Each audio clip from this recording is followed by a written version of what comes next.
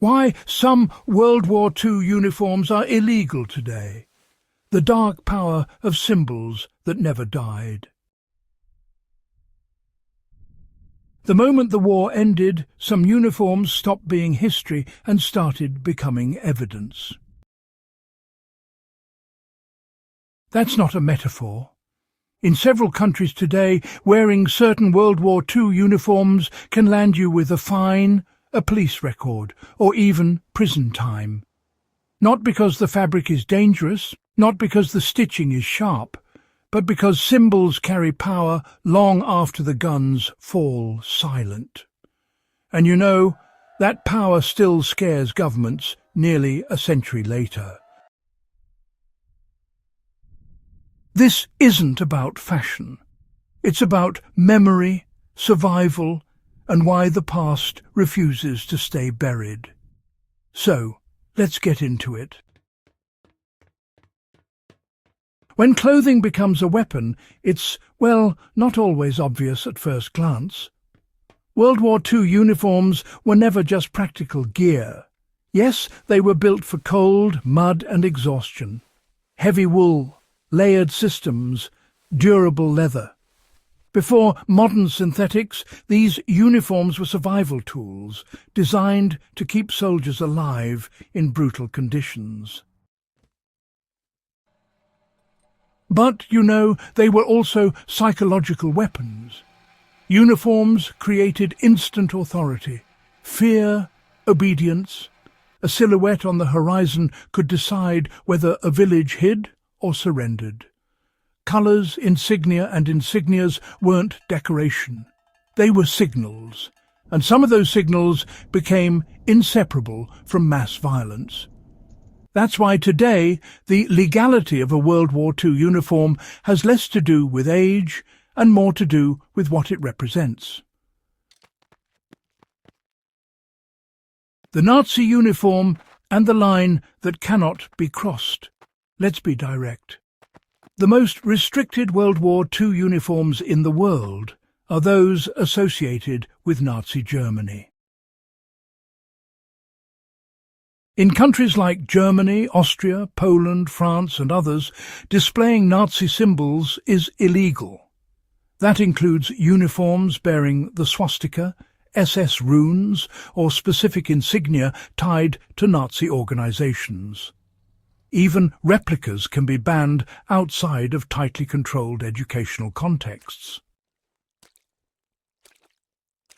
This isn't about erasing history. Germany, in particular, teaches World War II extensively. Museums are everywhere. Archives are open. But public display is a different story.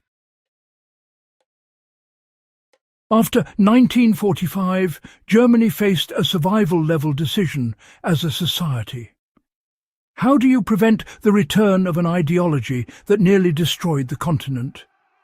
The answer was harsh but deliberate. You cut off its symbols. You remove its visual language from public life. Because symbols recruit faster than speeches. A uniform doesn't need to say anything. It just has to be recognized. Here's where it gets interesting. A World War II German helmet in a museum is legal. The same helmet worn in public with insignia can be illegal. The object doesn't change. The context does. Many countries draw a hard line between education and glorification. Reenactments, often allowed, but regulated. Film productions, permitted under license. Museums, fully legal. But, you know, walking down the street wearing a full SS uniform isn't interpreted as curiosity. It's interpreted as endorsement. And honestly, governments don't take chances with that. This is especially true in places that lived under occupation. For them, these uniforms are not abstract history. They're living memory passed down through families. the survival logic behind the laws. This channel is about before modern times. And, here's the old world logic at play. Ancient societies understood something we often forget. Symbols shape behaviour. Banners rallied armies. Colours marked enemies. Clothing told you who held power and who didn't. During the Second World War, uniforms controlled populations. A single coat could mean forced labour, confiscation, or even death. That association, it never fully fades. Modern laws banning certain uniforms, well, they're not moral gestures. They are preventative survival tactics. A way to reduce the chance of extremist groups using historical authority to legitimize themselves. It's the same logic medieval cities used when they banned enemy banners after sieges. You don't let the symbol return because the symbol brings followers with it. Not all World War II uniforms are treated equally. Now, here's the twist most people miss. Not all World War II uniforms are illegal. In fact, most aren't. Allied uniforms are generally legal to own, wear, and display. British, American, Canadian, Soviet, and Resistance-era gear is widely collected and reenacted. Even within Axis powers, legality varies. Italian fascist-era uniforms are restricted in some contexts, but less universally banned than Nazi gear. Imperial Japanese uniforms are legal in many countries, though deeply sensitive in places affected by Japanese war crimes. In China and Korea, public display can spark outrage, even if it's not technically illegal. So the law doesn't judge uniforms equally. It judges impact. What did this uniform do to this place? Collectors live in a narrow legal lane.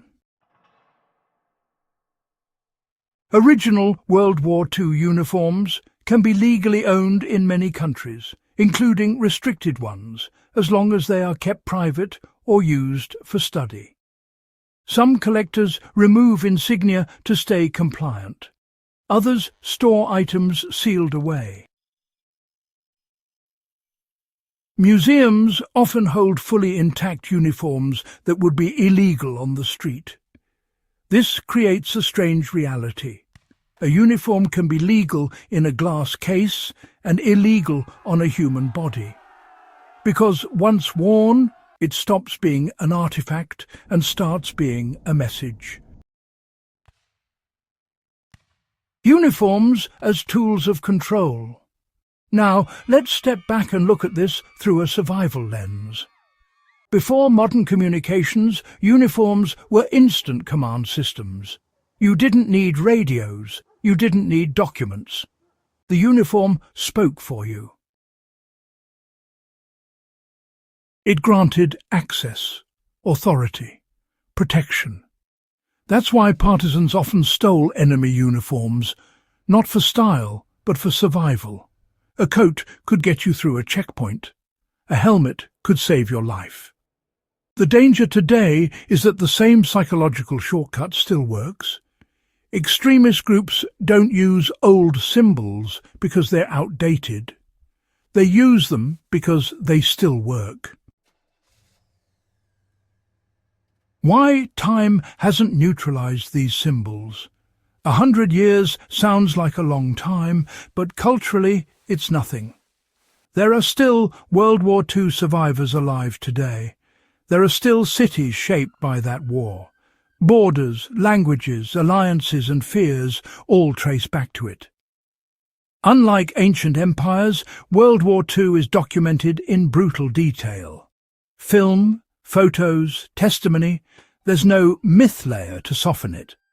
That's why these uniforms haven't become neutral relics yet.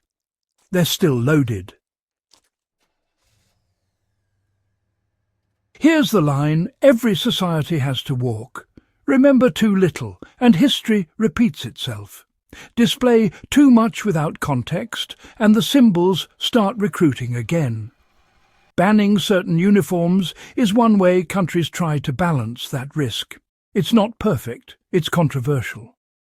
But it's rooted in an old survival truth. Control the symbols, and you reduce the threat. Ancient cultures burned enemy banners. Medieval kings outlawed rival colours. Modern nations ban uniforms. Same strategy, different century. World War II uniforms remind us that clothing has always been more than protection from the elements. Before modern tech, what you wore could decide your fate. It still can. These bans aren't about fabric.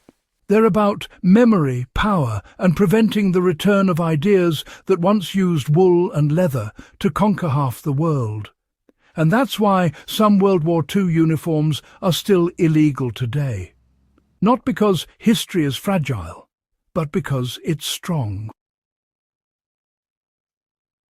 If you want more stories like this, real history, real survival logic, and the forgotten skills that shaped human survival, make sure you subscribe to Before Modern Times. Like the video if it made you see the past differently. Share it with someone who loves history without the sugarcoating. And stay with us as we keep uncovering how people survived long before modern shortcuts ever existed.